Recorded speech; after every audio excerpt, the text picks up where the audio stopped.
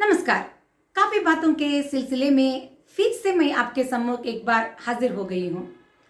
यूं तो हम सब जानते हैं कि श्री कृष्ण और अर्जुन बहुत अच्छे मित्र थे। श्री कृष्ण के द्वारा बताया गया फ्रेंडशिप फार्मूला के बारे में हम इस वीडियो में बात करने जा रहे हैं और फ्रेंडशिप को एक लाइफलाइन जैसा हम उपयोग करके हमारे जीवन को किस प्रकार सफलता की ओर ले जा सकते हैं उसके बारे में भी आज हम इस वीडियो में बात करने जा रहे हैं। तो चलिए हम विषय में प्रवेश कर लेते हैं। एक बार श्री कृष्ण और अर्जुन दोनों राह पर जा रहे थे तो अर्जुन पूछता है कि सब लोग महावीर कर्ण के बारे में, उनकी दान प्रियता के बारे में बात करते हैं, जबकि मैं भी अनेक दान करता रहता हूँ, कोई भी मेरे बारे में, मेरे दान गुण के बारे में बात नहीं करते। आप इसका समाधान दीजिए। तो श्री कृष्ण कहता है कि तो मैं तुम्हें इस बात को समझाने के लिए तुम्हें एक छोटा सा काम करना पड़ेगा। कहकर उधर सामने दिखने वाले दो पर्वतों को वे सोने के पर्वतों के रूप में परिवर्तित कर देते हैं और कहते हैं कि इन दोनों सोने के पर्वतों को तुम 2 दिनों में बगल में रहने वाले जो गांव वालों को तुम्हें बांटना होगा और ऐसे बांटना होगा कि उसमें उस सोने को बांटना चाहिए कि एक छोटा सा टुकड़ा भी उधर बच ना पाए। तो अर्जुन तुरंत उधर जाता है और गांव वालों को ऐलान कर देता है कि मैं आप लोगों को आज सोने बांटने जा रहा हूं, आप सब लोग आकर ले लीजिएगा। तो गांव वाले सब लोग आ जाते हैं। अर्जुन एक एक व्यक्ति को सोने के पर्वत में से थोड़ा हिस्सा लेकर उन लोगों को दान के रूप में देने लगा और लगातार 2 दिनों तक वो सब लोगों को उसको बांटता रहा, फिर भी सोना कम नहीं हो रहा था और भी सोने का जो पर्वतों में सोना है वो बच गया था। तो आखिरकार अर्जुन कह देता है कि मैं तो इस कार्य में विफल हो गया हूँ कि मैं सोना तो 2 दिनों से मैं अविश्रांत सुबह दिन और रात में बांटता रहा, मगर सोना तो कम ही नहीं हो रहा है। तो इसका क्या उपाय है?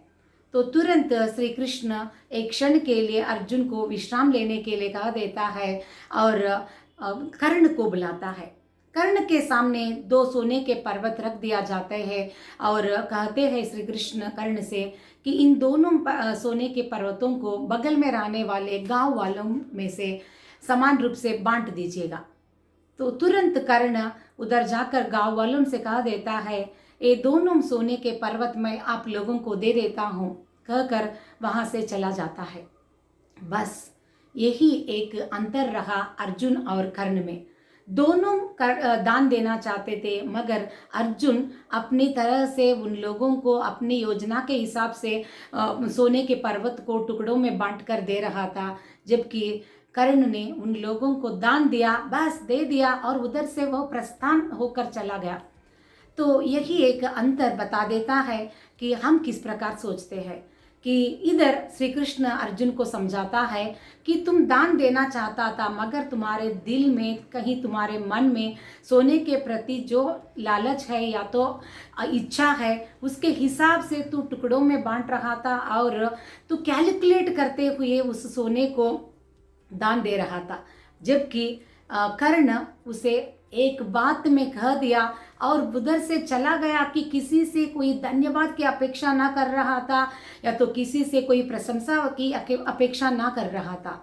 यही अंतर कर्ण को एक बड़े दानी के रूप में इतिहास में प्रतिष्ठापित कर देता है ना।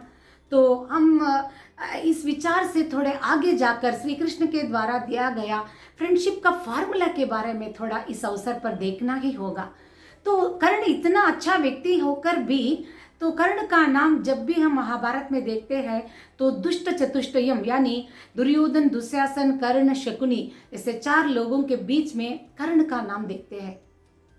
कर्ण तो इतना उत्तम चरित्र वाला होकर भी दुष्टों के बीच में रहने के लिए कारण यह रहा कि उसकी संगति यानी फ्रेंडशिप के कारण हम या तो हमारा नाम सत्संगति में या तो अच्छे लोगों के साथ रख सकते हैं या तो दुष्ट चतुष्टयम जैसे कर्ण की भांति हमारी स्थिति भी हो सकती है ना। तो श्री कृष्ण इस अवसर पर कहते हैं तीन तरह से हम दोस्ती करते रहते हैं और उसके एग्जाम्पल्स भी वे बताते जाते हैं।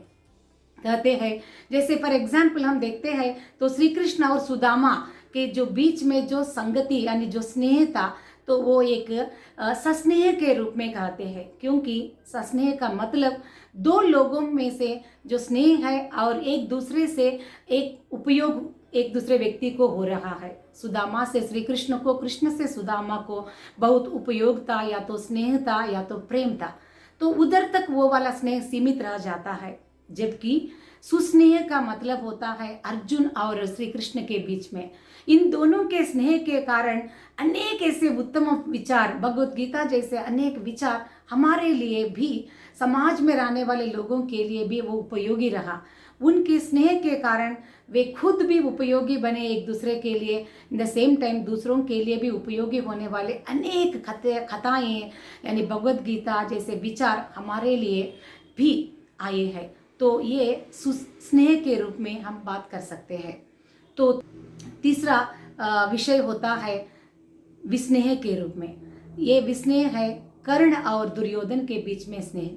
कर्ण और दुर्योधन इतने जिगरी दोस्त थे, इतने अच्छे दोस्त थे कि वे एक दूसरे के लिए दोस्ती के लिए एक उपमा बनकर खड़े हो गए। मगर उनके स्नेह के कारण उन दोनों के लिए कितना लाभ हुआ वो बगल में रख दिया, तो समाज के लिए एक हानि या तो एक नष्ट के रूप में उनका स्नेह ठहरा, है ना।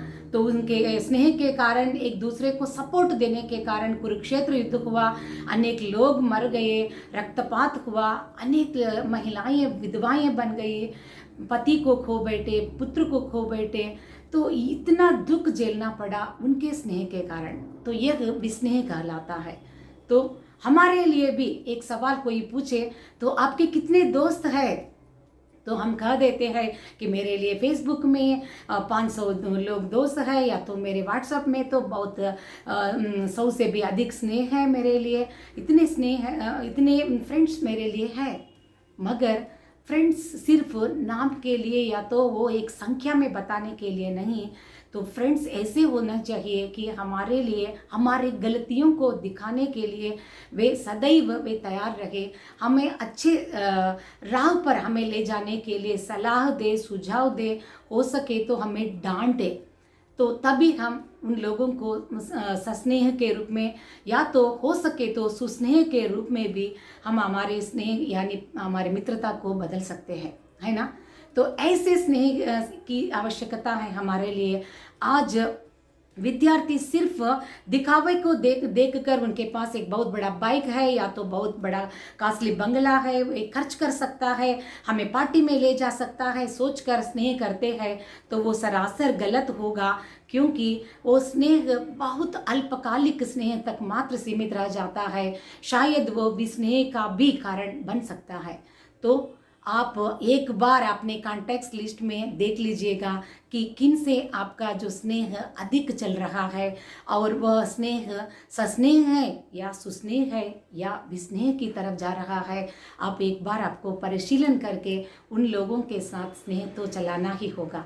और आखिरी बात मित्रों, तो हमारे लिए पुराने मित्र हमेशा सोने जैसे होते हैं, नए मित्र शायद रत्न या डायमंड आप कह न ले, कि हम डायमंड को भी हम सोने के अंदर ही निक्षिप्त करके पहनते हैं, है ना। डायमंड नेकलेस भी क्यों न हो, सोने के अंदर ही वो डायमंड्स रहते हैं। तो आप कभी भी अपने बचपन के दोस्तों को या तो आपके लिए भलाई के लिए कहने वाले, विचार कहने वाले व्यक्तियों को आप कभी भी ना छोड़िए।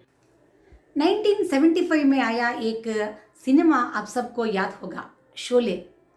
अमिताभ बच्चन और धर्मेंद्र के बीच में दोस्ती का जो गाना है आज भी इतना मशहूर है कि सब दोस्ती का नाम जब भी हम सुनते हैं गाते रहते हैं। ये दोस्ती हम नहीं तोड़ेंगे, तोड़ेंगे दम मगर तेरा साथ ना छोड़ेंगे। इसी उम्मीद के साथ हमारा स्नेह सस्नेह से सुस्नेह की तरफ एक सफ़र शुरू करें। तो इसी उम्मीद के साथ हम इस वीडियो को हम समाप्त कर देते हैं। अगले हफ्ते एक नए उत्तम विचार के साथ आपके सम्मुख फिर से मैं हाजिर हो जाऊंगी। तब तक के लिए अलविदा, नमस्कार।